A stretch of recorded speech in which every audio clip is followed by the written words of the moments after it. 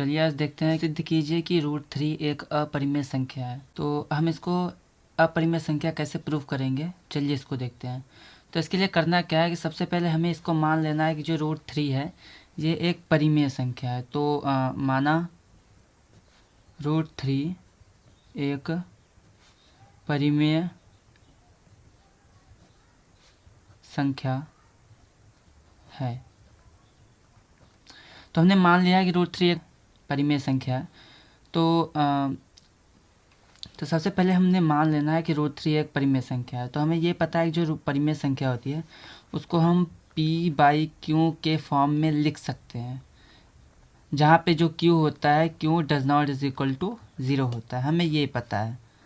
तो फिर इसको हम क्या करेंगे क्या कि √3 को हम लिख देंगे कि ये एक परिमेय संख्या है। तो p/q के फॉर्म में इसको लिख सकते हैं, जहाँ पे q does not is equal to 0। और यहाँ पे है क्या कि याद आपको ये पता होना चाहिए कि जो भी हम फ्रैक्शन लेते हैं रेशनल नंबर में, परिमेय संख्या, मान लीजिए हमारे पास ये है, तो हम इसको क्या करते हैं, सबसे पहले इसको डिवाइड करते हैं कि 4 3 ज़ा 12, 4 2 ज़ा 8। जब ये लास्ट में जो पोर्शन बचता है हम इसको ध्यान देंगे तो इन दोनों में हमारे पास ये जो दोनों होता है इसका जो HCF होता है हमेशा 1 आएगा। इसका उभयनिष्ठ गुणनखंड जो होता है वो सिर्फ 1 होता है। ऐसा एक ही नंबर है जो दोनों को काट सकता है, सिर्फ एक। तो यहाँ पे जो हमारा P और Q होता है, P और Q ये दोनों हमारे सह अभाज्य संख्याएं होती हैं। सह अभाज्य संख्याएं मतलब कि सहभाज्य संख्या जिनका HCF 1 होता है या फिर जिसका हमारा कॉमन फैक्टर जो होता है, उभयनिष्ठ गुणनखंड जो होता है वो 1 होता है, उसे हम कहते हैं सहभाज्य संख्या। तो यहाँ पे हम क्या करेंगे कि इस दोनों को तरफ का स्क्वायर करेंगे, स्क्वायरिंग बोथ साइड। तो दोनों पक्षों का वर्ग करने पर, दोनों पक्षों का वर्ग करने पर, अगर हम दोनों पक्षों का वर्ग करेंगे तो हमारे पास आएगा √3 का square is equal to p/q का होल स्क्वायर। तो यहाँ हो जाएगा 3 is equal to p² upon q²। अब हमें ये पता है कि जो हमारा यहाँ पे अगर हम q² इक्वल टू निकालेंगे तो हमारे पास आएगा p² अपॉन 3। क्यों इधर चला गया, 3 इधर आ गया। यहाँ पे हम देख रहे हैं कि 3 जो है p² को डिवाइड कर रहा है, विभाजित कर रहा है। तो अगर हमारा 3 p² को विभाजित कर रहा है तो वो हमारा p को भी डिवाइड करेगा, क्योंकि हमें ये पता है अगर कोई भी नंबर, मान लेते हैं 4 जो है 8 को डिवाइड कर रहा है तो ये हमारा 8² को भी डिवाइड करेगा, क्योंकि 4 1 ज़ा 4, 4 2 ज़ा 8 डिवाइड हो गया। यहाँ इसका स्क्वायर भी 64 होता है जो 4 से डिविजिबल होता है। 4 1 ज़ा 4, 4 6 ज़ा 24। तो यहाँ पे हो क्या रहा है कि अगर कोई भी नंबर किसी दूसरे नंबर को डिवाइड कर रहा है तो वो नंबर उसके स्क्वायर को भी डिवाइड करेगा। तो हम बस इसी को लिखेंगे कि जो हमारा 3 है वो p² को डिवाइड कर रहा है, इसका मतलब कि p को भी डिवाइड करेगा। तो यहाँ पे लिख देंगे 3 जो है p² को विभाजित कर रहा है, अतः यह p को भी विभाजित करेगा। चलिए अब आगे देखते हैं। तो हमने यहाँ पे लिखा है कि जो 3 है वो p² को विभाजित करता है, इसका मतलब p को भी विभाजित करेगा। अब आगे देखते हैं हमें करना क्या है कि इस यहाँ पे हम p² को कुछ मानेंगे। p² को हम मान लेते हैं यहाँ पे p is equal to 3r। तो 3r हमने मान लिया है। तो हम क्या करेंगे, अब इसको इस इक्वेशन नंबर 1 यहाँ पे रख देंगे। तो हमारे पास आएगा 3 इक्वल टू 3r का स्क्वायर अपान में q का स्क्वायर। इसको हम इक्वेशन नंबर 1 मान लिया हमने। तो इस चीज़ को उठा के, इसको सेकंड को उठा के हम फर्स्ट में p² की जगह पे रख देंगे। जब रखेंगे तो यहाँ पे हमारे पास 3r का स्क्वायर आ जाएगा, नीचे q² इज इक्वल टू 3 पहले से है। अब यहाँ पे क्या होगा कि यहाँ पे ये हो जाएगा 9r का square upon q² is equal to 3। अब ये हमारा q² इधर जाएगा, 3 इधर आएगा, तो हो जाएगा हमारे पास, ये हमारे पास हो जाएगा q is square equal to 9r का स्क्वायर अपॉन 3। 3 से अगर इसको डिवाइड करेंगे तो q² इक्वल टू आ जाएगा 3r²। अगर हम 3 को इधर भेजते हैं तो हमारे पास आ जाएगा r² is equal to q² upon 3। यहाँ पे हम देख रहे हैं कि जो 3 है वो क्यू स्क्वायर को डिवाइड कर रहा है। अगर 3 क्यू स्क्वायर को डिवाइड कर रहा है तो वो हमारा क्यू को भी डिवाइड करेगा। हमने अभी समझा है कि कोई भी नंबर जब किसी दूसरे नंबर को डिवाइड करता है तो वो उसके स्क्वायर को भी डिवाइड करता है, मतलब विभाजित हो जाएगा, वो उसको काटता है। तो यहाँ क्या करेंगे, हम लिख देंगे कि 3 जो है क्यू स्क्वायर को विभाजित करता है, अतः यह क्यू को भी विभाजित करेगा। अब स्टूडेंट यहाँ पे सबसे मेन सबसे जो इम्पोर्टेंट चीज़ है उसको पता करना है, हमें उसको लिखना है, उसको समझना है। तो कि यहाँ पे हम देखेंगे कि सबसे पहले हमने यहाँ पे माना था कि जो हमारे पास हमने माना था कि √3 एक परिमेय संख्या है, तो हम इसको p/q के रूप में लिख सकते हैं।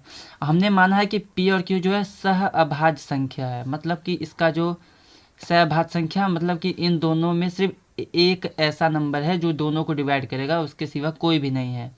इसका जो कॉमन फैक्टर होता है वो 1 है।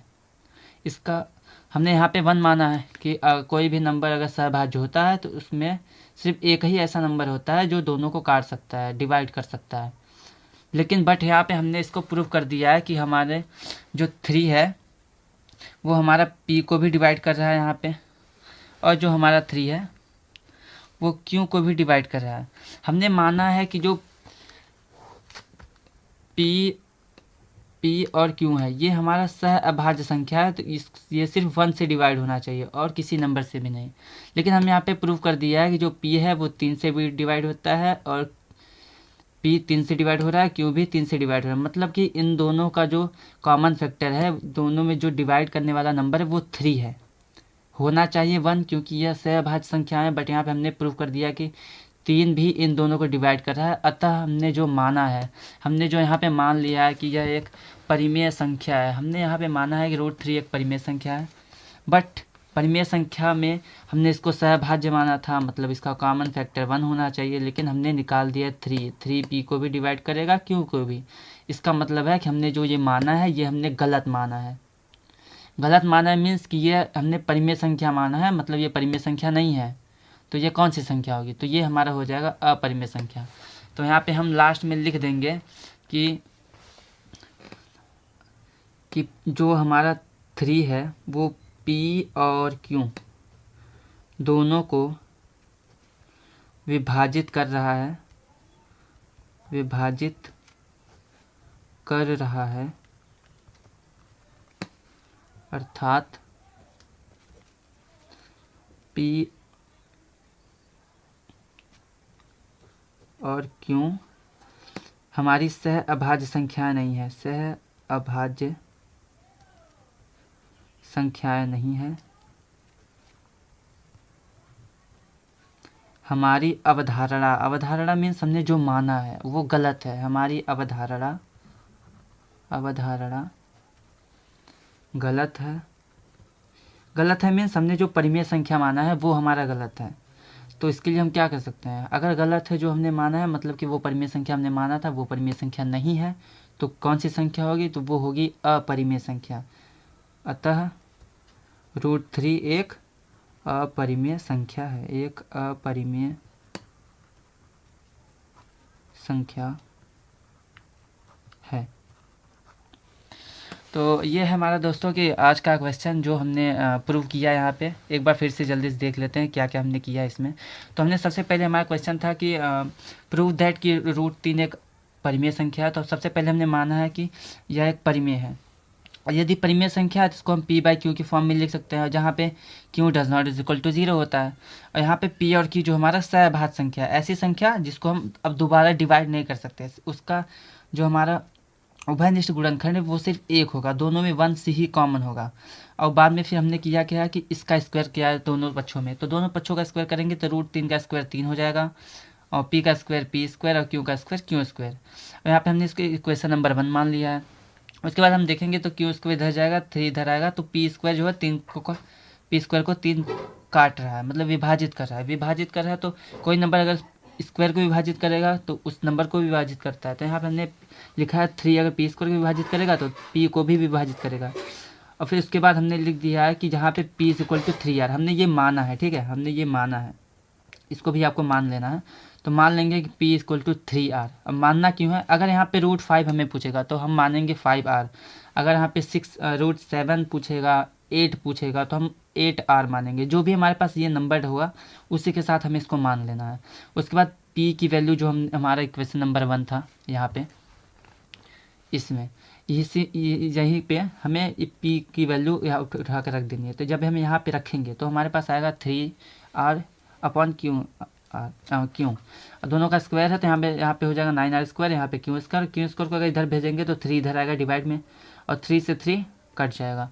तो जब 3 से 3 कटेगा तो q square equal to 3r square आएगा। अगर हम 3 को इधर भेजेंगे तो यहाँ पे पता चल रहा है कि जो क्यू स्क्वायर है वो 3 से कट रहा है, विभाजित हो रहा है। तो अगर 3 क्यू स्क्वायर को विभाजित कर रहा है तो क्यू को भी विभाजित करेगा, तो हमने यहाँ लिख दिया है। अब बस हमें ये इतना लिखना है कि हमने अभी माना था कि जो p और q है दोनों सह अभाज्य संख्याएं हैं, मतलब कि इसका उभयनिष्ठ गुणनखंड सिर्फ 1 होना चाहिए। लेकिन यहाँ पे हमने निकाल दिया कि दोनों को 3 डिवाइड कर रहा है, 3 p और q दोनों को विभाजित कर रहा है, मतलब कि उभयनिष्ठ गुणनखंड इसका 3 आ गया है। इसका मतलब कि जो हमने माना था वो गलत है, और हमने माना था परिमेय संख्या, तो मतलब कि यह परिमेय संख्या नहीं है। जब परिमेय संख्या नहीं है तो क्या होगा, तो यह एक अपरिमेय संख्या हो जाएगी। तो इसी प्रकार आपको क्या करना है कि इसी प्रकार आपको √5 का √7 √3 √2 इस सब क्वेश्चन का आंसर इसी प्रकार देना है जैसा मैंने अभी आपको बताया। अगर आपको इसका PDF चाहिए तो हमें आप कमेंट करें, और कृपया सपोर्ट करें कि जिससे हम आपके लिए और इम्पोर्टेंट क्वेश्चन ला सकें। और ये इम्पोर्टेंट क्वेश्चन समझ लीजिए कि ये पक्का है, 100% आपके क्वेश्चन में पेपर में आएगा ज़रूर, तो इसको ध्यान दीजिएगा। चलते हैं, आगे बढ़ते हैं। फिर अगर आप बोलेंगे तो आगे क्वेश्चन बनाया जाएगा। कृपया सपोर्ट करें, धन्यवाद।